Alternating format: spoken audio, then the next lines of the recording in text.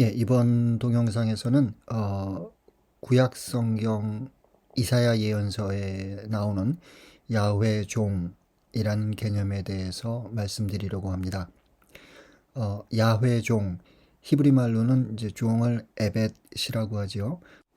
그래서 쓸 때에는 에벳 야훼라고 쓰고 읽을 때에는 에벳 아도나이라고 읽습니다. 예, 앞선 동영상에서 그 이사야서에 관해서 말씀드릴 때마다 이 슬라이드 화면을 보여드렸죠. 이사야서는 모두 세 부분으로 나누는데 제1 이사야, 제2 이사야, 제3 이사야의 그 세 부분으로 그 나누게 된다라는 것이죠. 그 중에 그 야훼종 에벳 아도나이의 개념은 제2 이사야 40장부터 이제 55장에서 그 나오게 되는데요. 요 개념의 그 특이한 현상을 관찰한 사람은 둠이라는 독일 학자입니다. 그가 1892년 괴팅엔에서 이제 책을 하나 출판을 하지요. 책 이름이 Das Buch Jesaja übersetzt und erklärt 라는 그 제목인데요. 뭐 우리말로 번역하자면 뭐 이사야서의 번역과 해설 뭐 정도가 되겠습니다. 1892년 뭐 굉장히 오래된 세월이지요.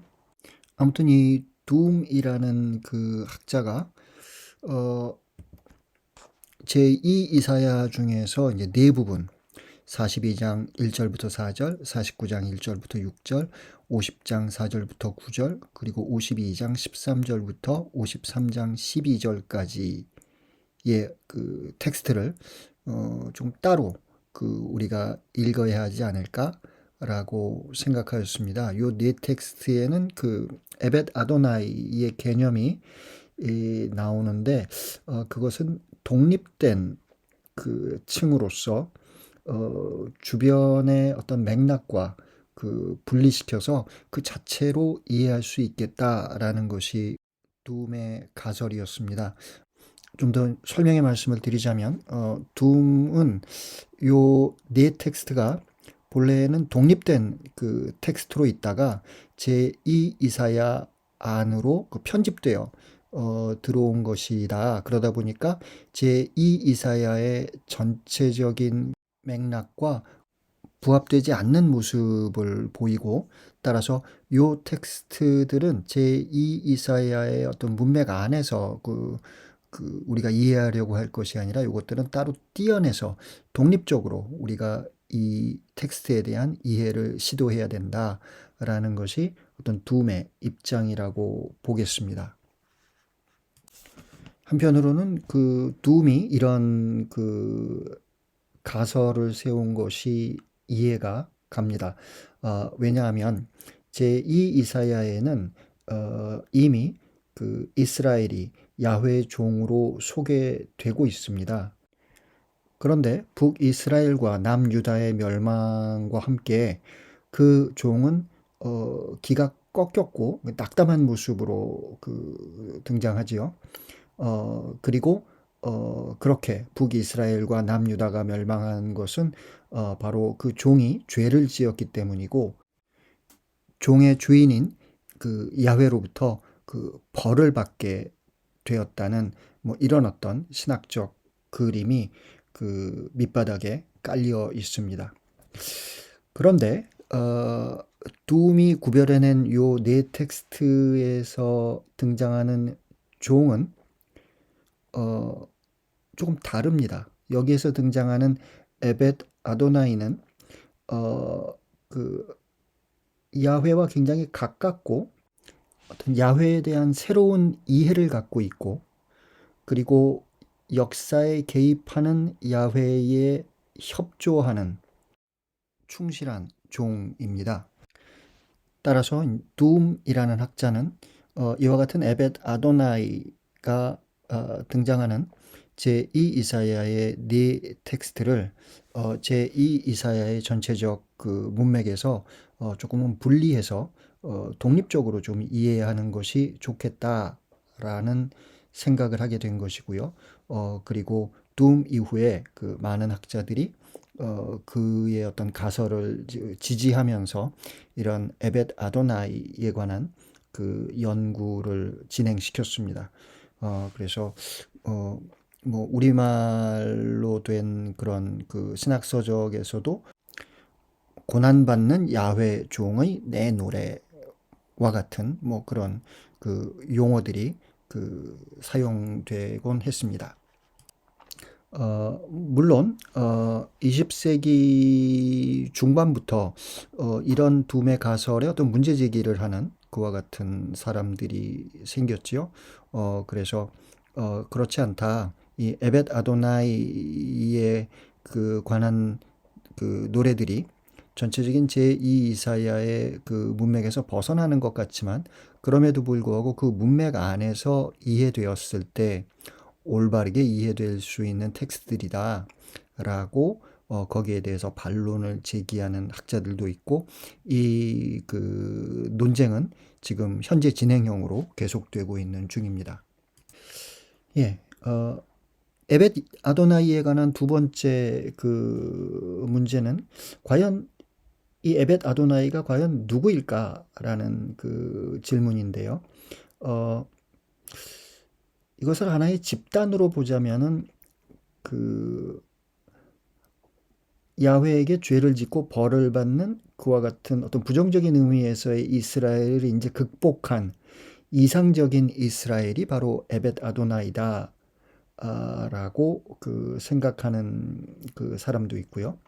하나의 그 개인으로 보면서 어떤 그 예언자나 내지는 이사야 예언서가 그 약속하고 있는 그런 어떤 그 미래적 메시아의 어떤 임금의 그 모습이 이 에벳 아도나이가 아닌가라고 그뭐 주석가들은 그 추측을 하곤 했습니다.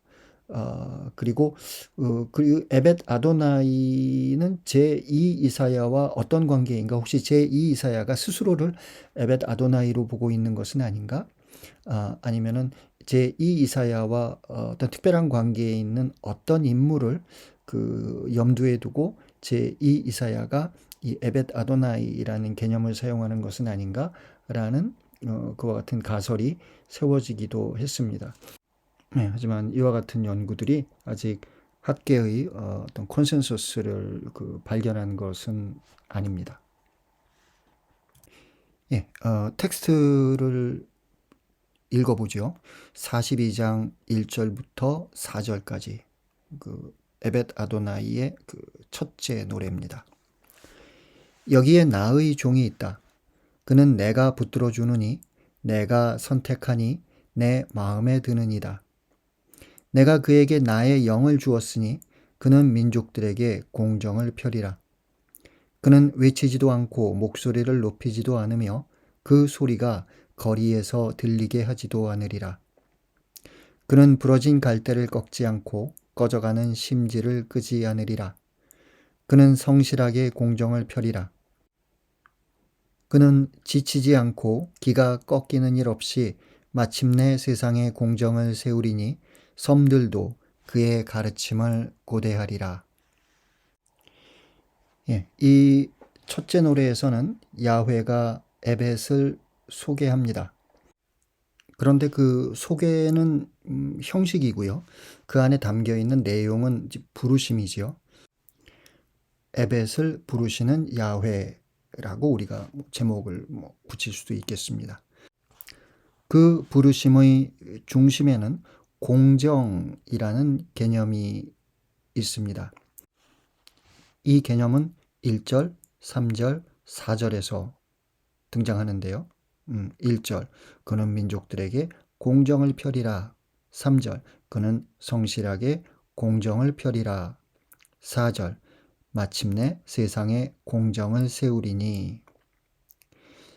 예, 히브리 말로는 미슈팟이라고 하는 개념인데요.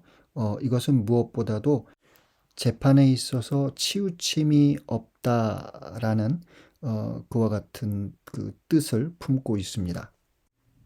네, 이렇게 에벳은 공정을 펴고 또 공정을 세우는 인물인데 그것을 위해서 야훼는 에벳에게 자신의 영을 줍니다. 예, 구약에서 특히 그 사울과 그 다윗의 이야기에서 그 하느님의 그 영이 그 사울에게 또 하느님의 영이 다윗에게 주어지는 그와 같은 장면들을 그 기억한다면은 여기서 그는 확실히 어떤 그런 메시아적인 그런 인물이 아닐까라고 우리가 생각해 볼 수 있겠습니다. 그런데 그는 우리가 알고 있는 일반적인 어떤 그런 그 정복자나 내지는 통치자의 모습과 조금 다릅니다. 2절 그는 외치지도 않고 목소리를 높이지도 않으며 그 소리가 거리에서 들리게 하지도 않으리라. 그는 부러진 갈대를 꺾지 않고 꺼져가는 심지를 끄지 않으리라. 예, 어떤 그 폭력을 통한 그와 같은 그 통치, 두려움을 통한 그와 같은 지배가 아니라는 것이죠. 예, 이렇게 우리가 개략적으로 그 첫째 노래를 이해해 볼 수 있겠습니다. 예, 무엇보다도 야훼가 에벳을 소개하는데 그것은 사실상 어떤 부르심을 내용으로 한다는 것, 그리고 그 부르심 안에는 공정, 어떤 미슈팟의 개념이 자리 잡고 있다는 것을 우리가 기억하고 있으면 되겠습니다. 예, 한 가지 뭐 추가해서 말씀드린다면 이 첫째 노래를 해석하면서 몇몇 주석가들은 이 첫째 노래가 언급하는 에벳 아도나이가 키루스라고 볼 수 있겠다라고 생각합니다. 예, 둘째 노래를 살펴보지요. 49장 1절부터 6절까지입니다. 섬들아 내 말을 들어라. 먼 곳에 사는 민족들아 귀를 기울여라. 주님께서 나를 모태에서부터 부르시고 어머니 뱃속에서부터 내 이름을 지어주셨다. 그분께서 내 입을 날카로운 칼처럼 만드시고 당신의 손 그늘에 나를 숨겨주셨다. 나를 날카로운 화살처럼 만드시어 당신의 화살통 속에 감추셨다. 그분께서 나에게 말씀하셨다. 너는 나의 종이다, 이스라엘아. 너에게서 내 영광이 드러나리라. 그러나 나는 말하였다. 나는 쓸데없이 고생만 하였다. 허무하고 허망한 것에 내 힘을 다 써버렸다. 그러나 내 권리는 나의 주님께 있고 내 보상은 나의 하느님께 있다. 이제 주님께서 말씀하신다.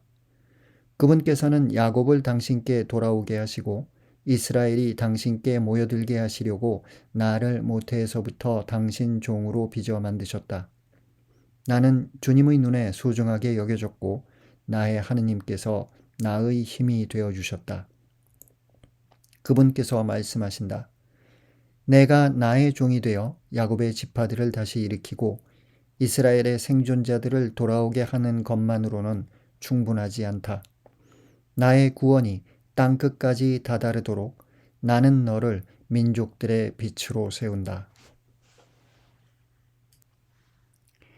예, 이 둘째 노래에서는 에벳 아도나이가 그 자신을 소개하는 그 1인칭 연설을 그 하는 것처럼 보입니다. 하지만 그런 연설의 그 내용은 자신의 부르심입니다. 그런 그 형식이나 내용적인 그 관점에서 그 둘째 노래와 예레미야 예언서 그 1장 사이에 그 유사점이 있다고 하겠습니다. 이 둘째 노래의 특징 중에 하나는 이제 3절인데요. 여기서 종은 그 자신에게 하신 야훼의 말씀을 직접 화법으로 전합니다. 너는 나의 종이다, 이스라엘아. 너에게서 내 영광이 드러나리라. 예, 따라서 여기서 그 종의 정체가 명시적으로 드러나지요. 종은 이스라엘입니다. 그리고 그 종이 그 받은 부르심은 그 야훼의 영광을 그 드러내는 것입니다. 예, 그런데 4절을 보게 되면 그와 같은 그 야훼의 부르심이 그 종의 노력에도 불구하고 그 어떤 가시적인 그 성과를 보여주지 못한 것 같습니다. 그래서 그 종이 이렇게 이야기하는 거죠. 나는 쓸데없이 고생만 하고 허무하고 허망한 것에 내 힘을 다 써버렸다. 그런데 그 종은 거기서 그 실망에 그냥 빠져 있는 것이 아니라 아직까지 그 야훼에게 희망을 그 두고 있습니다. 내 권리는 나의 주님께 있고 내 보상은 나의 하느님께 있다. 그리고 5절. 그러니까 4절까지가 이제 그 어떤 그 유배에 그 들어가는 어떤 이스라엘의 절망적인 상황과 그 역사의 현장을 그 살아가고 있는 그 야훼 그 종의 그런 어떤 힘든 그 현재를 이야기한다면 이제 5절부터는 좀 미래에 관한 얘기라고 할 수 있겠지요. 이제 주님께서 말씀하신다. 그분께서는 야곱을 당신께 돌아오게 하시고 이스라엘이 당신께 모여들게 하시려고 나를 모태에서부터 당신 종으로 빚어 만드셨다. 예, 앞선 일에서는 큰 성공을 거두지 못했지만 하지만 이제 그런 유배간 이스라엘이 다시 돌아오고 그리고 다시 그 예루살렘을 중심으로 그 모여들게 하려고 당신 종을 부르시는 그런 야훼의 모습을 5절은 그립니다. 그런데 6절에서 야훼가 추가적인 말씀을 덧붙입니다. 이스라엘의 생존자들을 돌아오게 하는 것만으로 종의 임무가 끝나는 것이 아닙니다. 그 종의 임무는 야훼의 구원이 땅끝까지 다다르도록 하는 것입니다. 그리고 그것을 위해 야훼는 종을 민족들의 빛으로 그 세우겠다고 선언합니다. 예, 이 선언은 제2 이사야서의 신학적인 그 특징과 맞닿아 있는데요. 제2 이사야의 중요한 신학적 특징 중 하나는 유일신관으로의 어떤 신학적 전환입니다. 우리 하느님 야훼 외에 다른 신은 없다라는 것이지요. 따라서 그 야훼만이 온 세상의 유일한 신이고 따라서 그 야훼가 곧 창조주이고 그리고 그 야훼가 이스라엘뿐 아니라 온 세상을 구원하게 될 하나의 구원자이다 라는 것이 제2 이사야의 신학입니다. 예, 따라서 다신적 신관 안에서는 그 야훼가 이스라엘을 구원하는 것만으로 충분했는데 그런데 이런 유일신관 안에서는 그런 그 구원이 보편적으로 확장돼 나가야 되는 것이지요. 따라서 그 야훼 종은 이스라엘의 구원뿐만 아니라 그 모든 민족들의 그 구원의 그 중심에 서게 되는 것입니다. 따라서 이스라엘의 구원이라면 이스라엘의 생존자들을 그 돌아오게 하는 것이고 다른 모든 민족들의 구원이라면 그렇게 돌아온 이스라엘을 통해서 그 예루살렘을 중심으로 그 야훼의 영광이 드러나면 그제서야 모든 민족들이 야훼만이 온 세상의 유일한 신이라는 것을 알게 될 것이고 그리고 그 야훼 종을 통해서 야훼의 공정함이 세상에 그 펼쳐지게 될 것이다 라는 우주적 평화에 대한 그런 꿈, 네, 우리가 이미 이사야 예언서 2장에서 만났던 그런 그 평화에 대한 그 꿈과 그 이 6절을 연결시켜서 생각해 볼 수 있겠습니다. 예, 좀 전에 말씀드린 대로 이 야훼 종의 그 둘째 노래는 예레미야 1장과 그 유사한 방식으로 에벳 아도나이가 그 자신을 소개하는 1인칭 연설인데 그 연설 안에서 그 자신의 어떤 부르심을 밝히고 있고 그 부르심의 내용은 이스라엘을 넘어서 온 세상 모든 민족들에게 그 야훼의 영광을 드러내는 것이라고 우리가 그 둘째 노래의 그 메시지를 알아들을 수 있겠습니다. 셋째 노래를 읽어보죠. 주 하느님께서는 나에게 제자의 혀를 주시어 지친 이를 말로 격려할 줄 알게 하신다. 그분께서는 아침마다 일깨워 주신다. 내 귀를 일깨워 주시어 내가 제자들처럼 듣게 하신다. 주 하느님께서 내 귀를 열어주시니 나는 거역하지도 않고 뒤로 물러서지도 않았다. 나를 매질하는 자들에게 내 등을, 수염을 잡아 뜯는 자들에게 내 뺨을 내맡겼고 모욕과 수모를 받지 않으려고 내 얼굴을 가리지도 않았다. 그러나 주 하느님께서 나를 도와주시니 나는 수치를 당하지 않는다. 그러기에 나는 내 얼굴을 차돌처럼 만든다. 나는 부끄러운 일을 당하지 않을 것임을 안다. 나를 의롭다 하시는 분께서 가까이 계시는데 누가 나에게 대적하려는가? 우리 함께 나서보자. 누가 나의 소송 상대인가? 내게 다가와 보아라. 보라, 주 하느님께서 나를 도와주시는데 나를 단죄하는 자 누구인가? 보라, 그들은 모두 옷처럼 해지고 좀이 그들을 먹어버리리라. 예, 이 셋째 노래에서는 에벳 아도나이라는 야훼 종이라는 그 표현은 등장하지 않습니다. 대신에 이제 50장 4절에서 보면 제자라는 단어가 발견됩니다. 주석가들은 이 제자와 그 에벳 아도나이를 그 동일시합니다. 그래서 이 셋째 노래의 그 주제는 에벳 아도나이, 그러니까 그 제자의 고난이 되겠죠.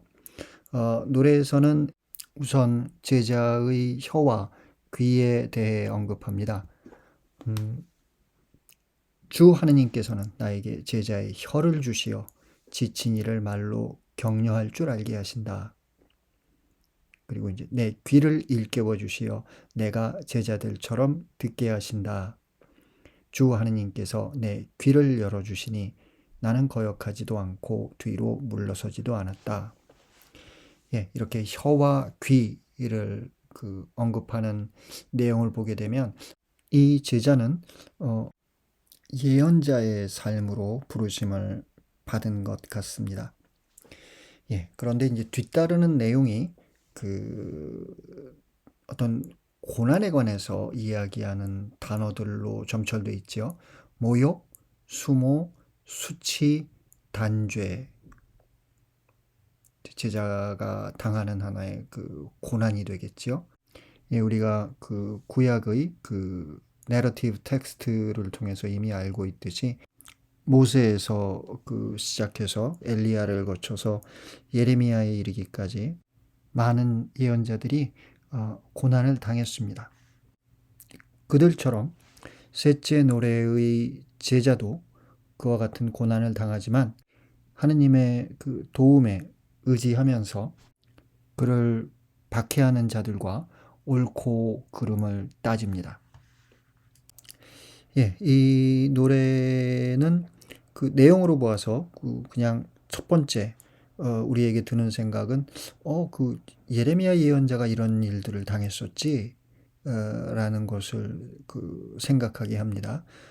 반면에 제2 이사야의 어떤 역사적인 컨텍스트 위에서 우리가 이 텍스트를 읽는다면 제2 이사야가 그 의도했던 그 중심에 있는 일, 그러니까 유배 갔던 그 유다인들을 예루살렘으로 데리고 돌아오는 일이 그렇게 쉽지 않았구나라는 것을 요 내용에서 그 읽어낼 수 있겠다라는 것이 주석가들의 의견입니다.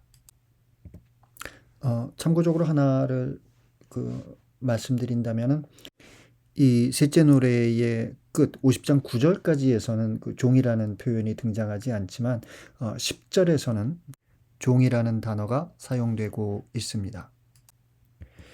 예, 뒤따르는 넷째 노래는 52장 13절부터 53장 12절까지의 긴 내용인데요. 내용만 길 뿐 아니라 그 안에 지금까지 이제 첫째 노래는 그 화자가 그 야훼였고, 둘째 노래와 셋째 노래는 그 화자가 그 종 그리고 제자였는데, 요 마지막 노래에서는 야훼와 우리라고 표기되는 일군의 사람들입니다. 요즘에 연구의 경향은 제2 이사야의 어떤 텍스트를 그 드라마 텍스트로 보는 그런 연구의 경향들이 있습니다.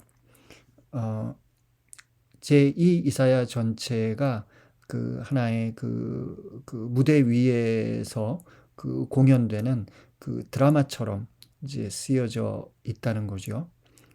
따라서 요 앞에 있는 첫째 노래는 야훼가, 둘째 노래는 뭐 그 종이, 셋째 노래는 제자가 이제 그런 어떤 노래들을 그 부르게 되는데, 요 마지막 넷째 노래는 야훼와 일군의 그 합창단이 그 계흥처럼 그 종에 관해서 그 노래하는 그와 같은 내용이다 라고 생각하는 그 주석가들이 있습니다.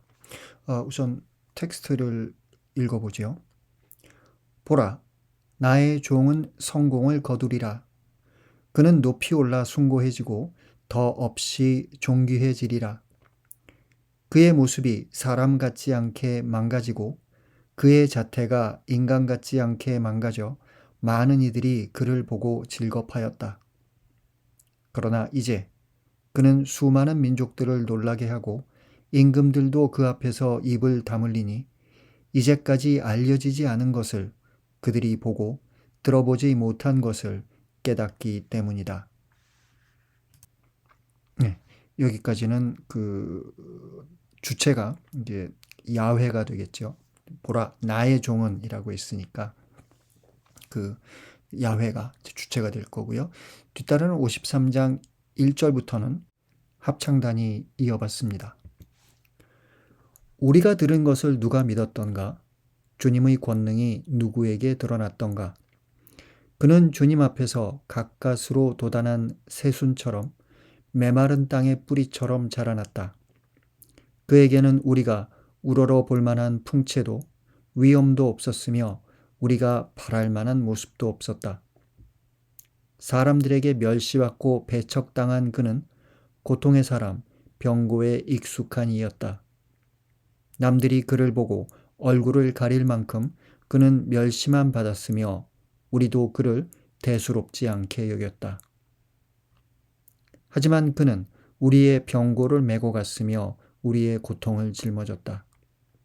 그런데 우리는 그를 벌받은 자, 하느님께 매맞은 자, 천대받은 자로 여겼다. 그러나 그가 찔린 것은 우리의 악행 때문이고 그가 으스러진 것은 우리의 죄악 때문이다. 우리의 평화를 위하여 그가 징벌을 받았고 그의 상처로 우리는 나았다. 우리는 모두 양떼처럼 길을 잃고 저마다 제 길을 따라갔지만 주님께서는 우리 모두의 죄악이 그에게서 떨어지게 하셨다. 네, 여기서 합창단은 바로 그 야훼 종을 그 박해하던 그와 같은 사람들이었던 거죠. 하지만 여기서 이제 놀라운 반전이 일어납니다. 합창단이 그런데 고백하는 거지요. 우리가 그를 그렇게 박해하였는데 그가 받은 고난을 통하여 우리는 치유되었다는 거죠. 그가 받은 고난을 통하여 우리 그 모든 죄악이 그 용서될 수 있는 길을 찾았다는 거죠. 네, 이스라엘 민족이 그 지은 죄를 야훼 종이 짊어지고 감으로써 야훼의 그 용서와 위로가 시작될 수 있었던 것입니다. 예, 레위기 16장에 보면은 그 아자젤에게 순념소를 그 놓아 보내는 그런 제의에 관한 그 내용이 나오는데요. 이제 순념소를 이제 두 마리를 그 준비를 해서 한 마리는 그 잡아서 음, 야훼에게 그 제물로 바치고요. 그 다른 한 마리는 그 아자젤을 위한 것이다라고 그 레위기 16장 8절은 이야기합니다. 예. 그러니까 이제 한 마리는 잡아서 피를 가지고 성소와 제단에 뿌려서 어떤 속죄의식을 거행하고요. 다른 한 마리는 16장 21절 다음과 같은 내용이 나오죠. 아론은 살려둔 숫 염소 머리에 두 손을 얹고 이스라엘 자손들의 모든 죄, 곧 그들의 허물과 잘못을 고백하여 그것들을 염소 머리에 씌우고서는 기다리고 있는 사람의 손에 맡겨 광야로 내보낸다. 그러면 염소는 그들의 모든 죄를 불모지로 날아간다. 이렇게 숫 염소를 광야로 내보낸다. 예. 어, 여기서 이제 대속이라는 사상을 우리가 만날 수가 있는데요. 어, 이스라엘이 지은 죄를 마치 아자젤의 염소가 짊어지고 광야로 나아가서 죽는 것처럼 야훼 종도 백성의 죄를 대신해서 고난받았다라는 것이겠죠. 주석가들은 요 내용을 보면서 이스라엘이 죄를 지었지만 그 죄를 보속한 것은 바빌론으로 유배를 온 유다인들인데, 따라서 유배 온 이스라엘 민족들이 당한 고난이 이 야훼종의 고난이 아닌가라고 생각합니다. 뭐 이렇게 본다면 야훼종은 한 개인이 아니라 이스라엘 백성 전체가 지은 죄를 유배 생활을 통해 보속하고 이제 예루살렘으로 돌아가는 유다인들을 야훼 종이라고 볼 수 있지 않은가라고 이제 생각하는 주석가들이 있습니다.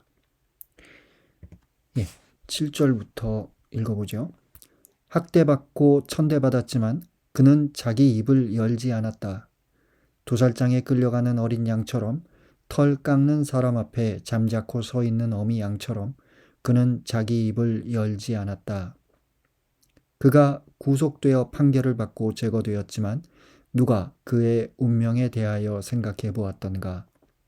정녕 그는 산 이들의 땅에서 잘려나가고 내 백성의 악행 때문에 고난을 당하였다.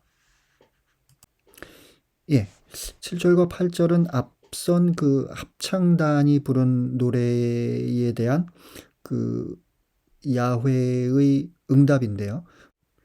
그런데 요 내용을 보게 되면 특히 이제 마지막 부분, 정녕 그는 산 이들의 땅에서 잘려나가고 내 백성의 악행 때문에 고난을 당하였다라는 요 구절을 주석가들이 유심히 보면서 그렇다면 야훼 종은 이스라엘로 인해 재앙을 겪었던 시온 또는 예루살렘으로 보는 것이 제2 이사야의 전체적 문맥에서 가장 올바른 해석이 아닐까라고 생각하기도 합니다.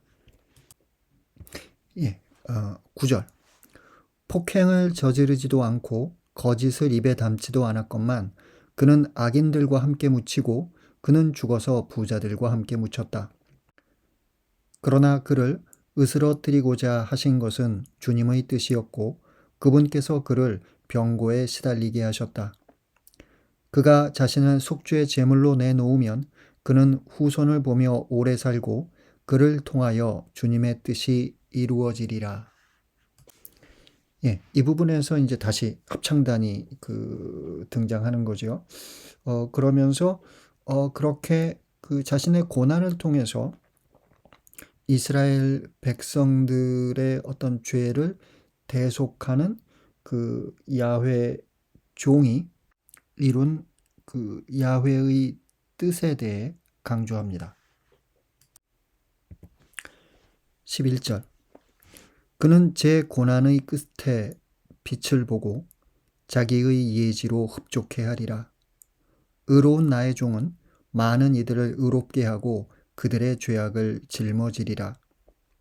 그러므로 나는 그가 귀인들과 함께 제 몫을 차지하고 강자들과 함께 전리품을 나누게 하리라. 이는 그가 죽음에 이르기까지 자신을 버리고 무법자들 가운데 하나로 헤아려졌기 때문이다. 또 그가 많은 이들의 죄를 메고 갔으며 무법자들을 위하여 빌었기 때문이다. 예, 이 넷째 노래의 어떤 시작을 야훼가 열었듯이 그 끝부분을 야훼가 마무리합니다. 그러면서 그런 그 종의 고난을 통해 그가 보게 될 빛에 대해 노래하고 또 그가 차지하게 될 몫에 대해 노래합니다. 예, 이렇게 그 넷째 노래에서는 야훼와 우리가 종의 고난과 그 죽음에 대해 노래하고 있는데요. 그 고난과 죽음이 결국은 그 부르심의 완수였고, 그리고 그것을 통해 그 이스라엘의 대속이 이루어졌다는 그러면서 이 노래 안에서 종의 무죄가 입증됩니다. 예, 무죄한 그 종이 자신의 고난을 통해서 그 이스라엘의 그 모든 죄를 대속하였다라는 것은 자신의 부르심을 완수한 그 종의 보편적 성공을 뜻합니다. 그리고 그 성공은 종의 고향으로 귀결됩니다. 야훼 종은 이제 그 빛을 보게 되고 그리고 자신의 몫을 얻게 됩니다. 예, 이런 그 내 노래를 이제 쭉 저희들이 살펴보면서 끊임없이 저희를 혼란스럽게 했던 질문이 하나 있지요. 그렇다면 야훼 종은 누구인가? 예레미야 예언자와 같은 어떤 구약의 그 고난받았던 어떤 예언자들의 그 삶이 이 안에 투영되어 있는 건가? 아니면은 첫째 노래에서는 퀴로스를 이야기하는 것 같은데, 어떻게 보면 이제 유배 갔다가 돌아오는 이스라엘 그 사람들을 이야기하는 건가? 아니면은 이스라엘 백성들의 그 죄로 인해 그 고난을 겪다가 이제 새로운 시대와 함께 그 야훼를 임금으로 맞이하게 될 그 시온, 그 예루살렘을 뜻하는 건가? 예, 한 가지 그 분명한 점은 이런 야훼 종의 노래 안에서 등장하는 야훼 종의 모습이 대단히 긍정적이라는 점입니다. 그 이전에 언급되었던 야훼 종, 유배 이전에 이스라엘은 야훼에게 충실하지 않았고 다른 신을 섬기기도 하다가 그만 하느님의 심판을 받았고 유배에 와서 두려움 속에서 하루하루를 살아가는 그런 모습이었습니다. 그런데 그와 같은 과정을 통해서 이스라엘은 새로운 것을 깨닫게 됩니다. 우리 하느님 야훼 외에는 다른 신은 없다라는 그와 같은 깨달음이죠. 제2 이사야는 그 깨달음을 신학적으로 확립시킵니다. 이스라엘의 하느님 야훼 외에 다른 신은 없기에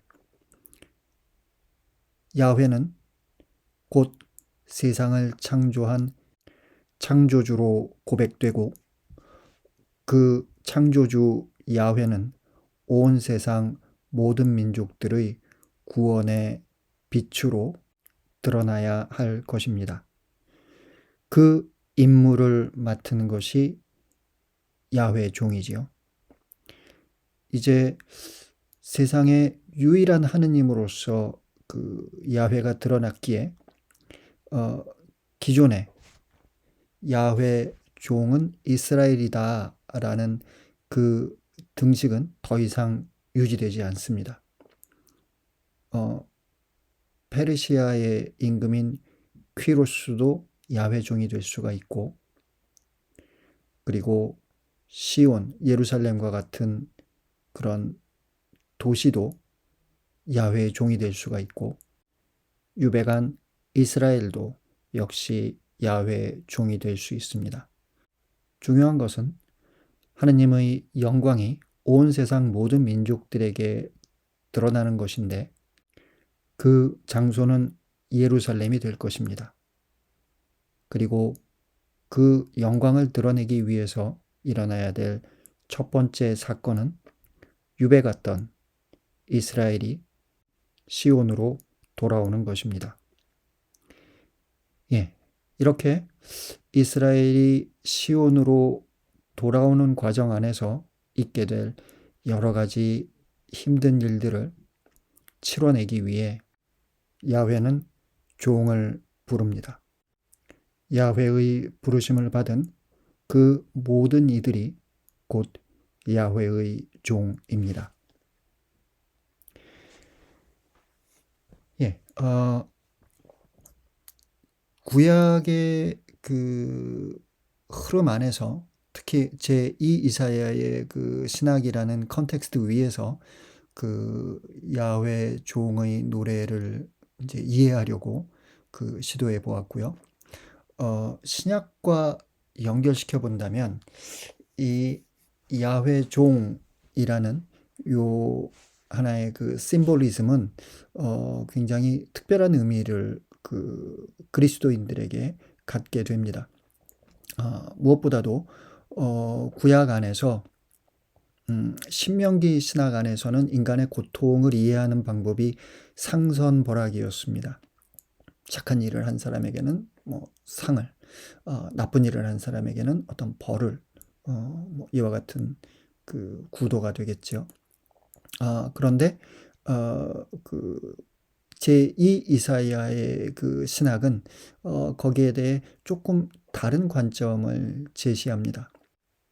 인간의 고통은 죄의 결과일 수도 있지만, 하지만 어떤 그 고통은 하느님의 그 계획일 수 있고, 인간은 타자의 죄를 대신해 고난을 당할 수 있다라는 어떤 새로운 어떤 신학적 그 담론, 인간의 고통에 관한 그런 신학적 담론을 제2 이사야는 제시하고 있습니다. 그리고 이 신학적 담론을 신약의 백성들은 예수 그리스도의 삶과 연결시켜서 해석했습니다. 특히 그 사복음서 중에 그 마르코 복음서의 경우에는 예수 그리스도의 그 고난과 죽음을 이런 제2 이사야의 그 고난받는 야훼의 종과 연결시켜 해석하고 있습니다.